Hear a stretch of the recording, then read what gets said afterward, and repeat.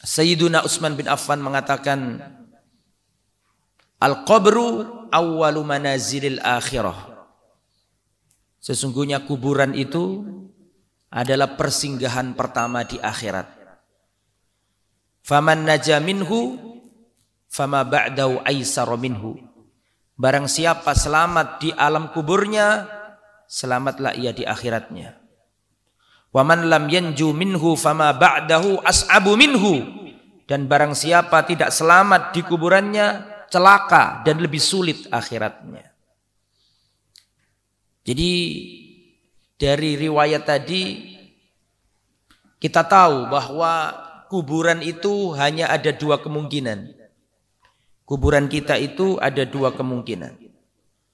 Kemungkinan yang pertama, raudhatun min riyadil jinan, taman di antara taman-taman surga. Kalau tidak, maka yang kedua, khufratun min khufarin niran, jurang di antara jurang-jurang neraka. Mau tidak mau, ya cuma itu dua pilihannya. Nah, mudah-mudahan yang hadir di sini Allah jadikan kuburannya nanti sebagai taman surga, bukan jurang neraka.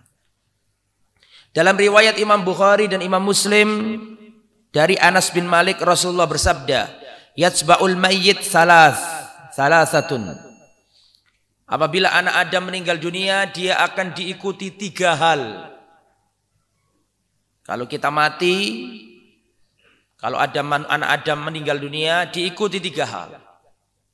Fayarji'u thnani wa yabqa ma'ahu wahid.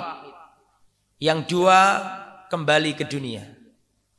Yang satu setia menemaninya di kuburannya. Yatsba'uhu ahluhu wa maluhu wa amaluhu. Dia akan diikuti keluarganya, hartanya dan amalnya. Fayarji'u ahluhu wa maluhu. Keluarganya kembali, hartanya kembali. Wa yabqa amaluhu, yang setia menemaninya hanyalah amalnya. Harta yang kita bangga-banggakan gak kita bawa mati. Kasur yang empuk, tempat tidur yang luas akan kita tinggalkan. Hanya diganti liang lahat 1 kali 2 meter. Seberapapun kayamu dirimu, kalau sudah mati gak akan kamu bawa. Hartamu tidak akan menolongmu dari pertanyaan akhirat. Hartamu tidak bisa menolong dirimu dari tempat yang sempit ketika nyawamu sudah diambil oleh Allah. Pakaian yang sekarang mungkin kita ini ya kakinya cuma sepasang, tapi bisa jadi sepatunya ada 5 pasang. Gak bermanfaat, kita tinggalkan semua. Baju yang mewah-mewah akan kita tinggalkan. Yang kita butuhkan adalah kain kafan yang tipis, dan Rasulullah melarang beli kain kafan yang mahal. Semua akan sirna, semua akan kita tinggalkan. Begitu juga dengan keluarga. Keluarga akan kembali. Kalau Anda mati, istri Anda akan sedih, menangis. Sedih luar biasa. Tapi yakinlah bahwa kehidupan terus berjalan. Ketika selesai masa iddah, sudah mulai hilang rasa kesedihan yang ada pada istrimu. Engkau akan dilupakan. Engkau sudah mulai tidak didoakan. Kehidupan akan berjalan. Dan istrimu akan mencari penggantimu dengan harta yang kau wariskan kepadanya. Kau bekerja siang malam, menumpuk bisnis, menumpuk kekayaan. Ketika kamu mati, hartamu tidak bisa menolongmu, tapi hisabnya hartamu menghantui dirimu di akhiratmu. Yang menikmati istrimu, anakmu, warisanmu, ahli warismu, tapi yang ditanyai dirimu. Kenapa? Dari mana? Padahal kau nggak menikmati, yang menikmati orang lain. Anakmu yang kau sekolahkan tinggi, kau fasilitasi yang mewah, wallahi kalau Anda mati dia sedih.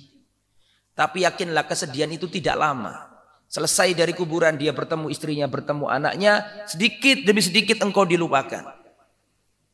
Engkau akan dilupakan. Sampai berlalulah beberapa minggu engkau sudah tidak didoakan. Mengkhianat semuanya. Kecuali istri yang salehah dan anak yang saleh. Harta yang kau bangga-banggakan gak bisa menolong dirimu. Wallahi seandainya kita tahu betapa cepat manusia melupakan kita setelah kematian kita, maka kita hidup di dunia ini hanya untuk Allah. Sekiranya kita tahu bahwa begitu cepat manusia itu meninggalkan kita setelah kematian kita, kita hidup jangan untuk orang lain. Berbuatlah kebaikan. Gunakan hartamu hanya untuk Allah. Tolonglah orang-orang yang susah. Jangan mencari ridho manusia. Karena kalau kamu mati, tidak ada orang. Ketika engkau mati, pertama kali yang dilupakan dari dirimu adalah namamu. Kalau ada orang namanya, misalnya namanya Fulan. Fulan mati di rumah sakit. Nggak ada orang mengatakan, ya apa, Fulan sudah dibawa pulang. Nggak ada. Mesti ngomongnya, gimana jenazahnya sudah dibawa pulang belum? Namanya kalau dia mati langsung dilupakan.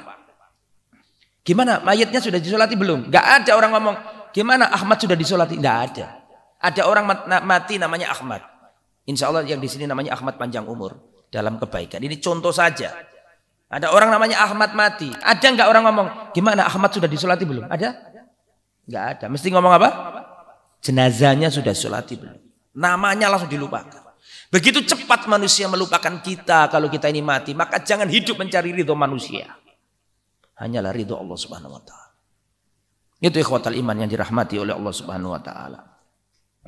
Makanya Rasulullah selalu mengingatkan kita tentang kematian. Rasulullah mengatakan, "Aktsiru dzikra hadzimil ladzat al-maut." Ingatlah oleh kalian, perbanyaklah oleh kalian mengingat-ingat pemutus segala kelezatan dunia.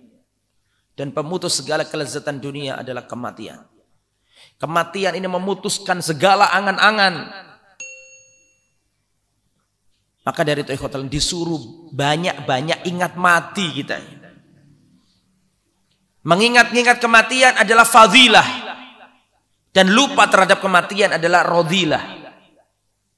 Makanya Al-Imam Al-Qurtubi mencantumkan ucapan Imam Ad-Daqqaq yang sangat bagus yang harus antum tulis. Al-Imam Ad-Daqqaq mengatakan, man aktsara min dzikril maut ukrima bi thalathatin. Barang siapa mengingat kematian, Allah muliakan dia dengan 3 hal. Kata Imam siapa tadi? Al-Imam Ad-Daqqaq, dinukil oleh Imam Al-Qurtubi. Beliau mengatakan, man aktsara min dzikril maut ukrima bi thalathatin. Barang siapa sering mengingat-ingat kematian, Allah muliakan dia dengan 3 hal. Yang pertama, ta'jilit taubah. Dia akan segera bertaubat. Pokoknya sampean lihat ada orang ya kok nggak tobat-tobat, oh berarti dia nggak ingat mati. Karena seandainya dia ingat mati, pasti Allah memuliakannya dengan 3 hal. Yang pertama, apa tadi? Ta'jilit taubah, segera bertaubat.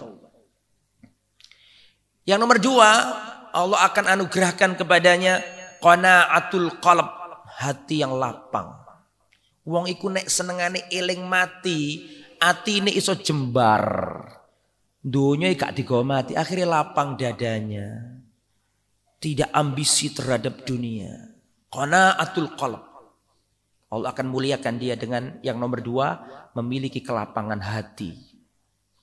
Yang nomor 3, Allah akan muliakan dia dengan wanasyat fil ibadah. Allah anugerahkan kepadanya semangat dalam ibadah. Ini adalah 3 kebaikan dari mengingat kematian.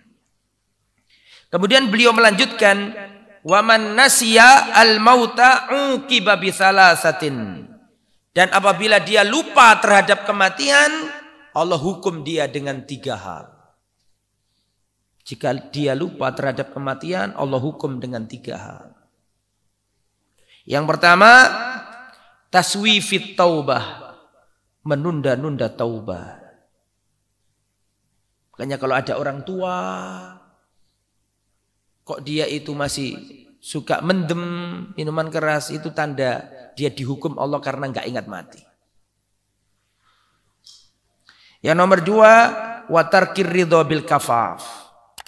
Dia tidak ridho, tidak legowo dengan pemberian Allah. hatinya nggak lapang, hatinya nggak pernah qanaah, rakus terhadap dunia. Dan hukuman yang nomor 3, wattakasul fil ibadah, malas dalam beribadah. Hukuman bagi orang yang lupa mati, lupa kematian.